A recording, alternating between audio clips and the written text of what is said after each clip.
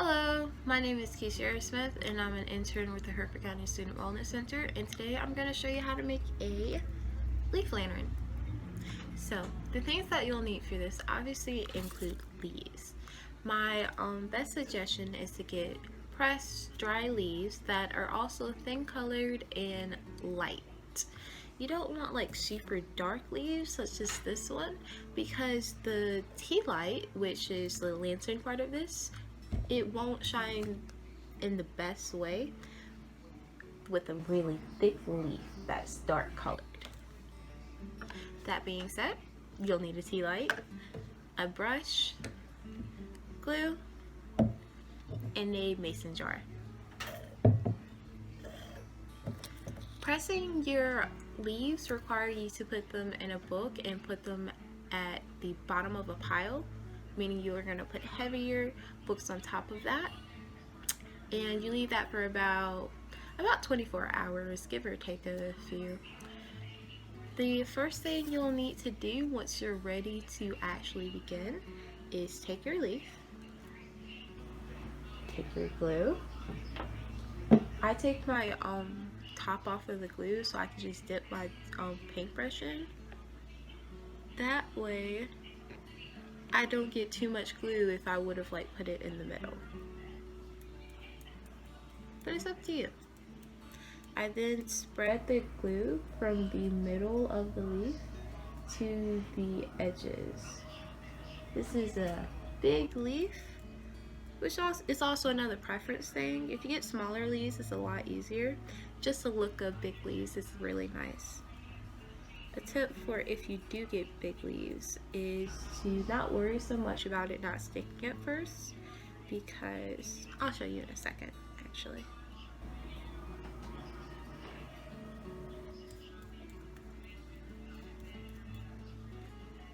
Okay, because when you are sticking it up there, not every single part is going to stick automatically. You're going to need to press it on there for a few. You can do this with your hands, or you can use a brush if you got too much glue at the beginning.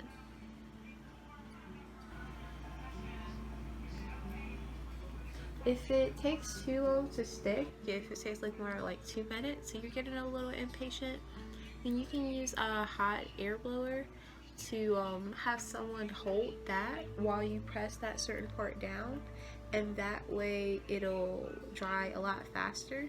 When I did it, I used the cold function of mine, so I would recommend that.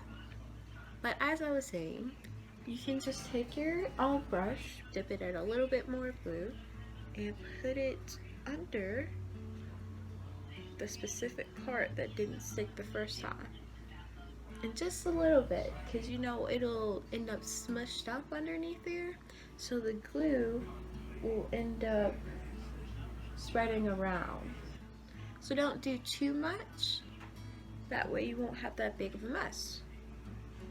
But then you just hold that, and yeah, if it takes more than 2 minutes, then just use another way that is more comfortable, or just try to get a different leaf to use. It's really up to you.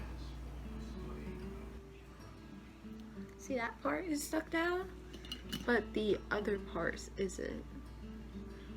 So it'll just take a little bit longer for it to be fully done.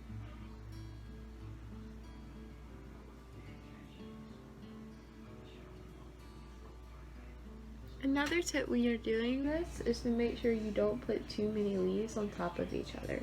What I mean by that is you can have like 1 or 2 leaves, like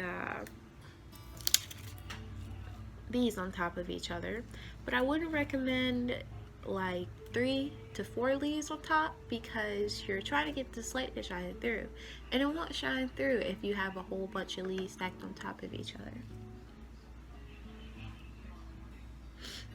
Something I found helpful was that if I didn't have glue all over the place, or sometimes I did it even if I did, I just put my hand across that and just hold it there. It goes a lot faster. That being said, those are all the steps to make your own. You don't have to cover the whole jar like I did with my leaves, but you can make like little designs. Like you can do your name, like a letter K right here, or you can make a specific pattern like a flower or something like that. It's totally up to you, and it will turn out perfect no matter what. After that, it's totally optional, but I decorated mine. This one is Halloween themed because it is so close to Halloween. So, yeah, that's always fun. Alright, you guys have a nice one, and I hope you enjoyed watching me make a leaf lantern.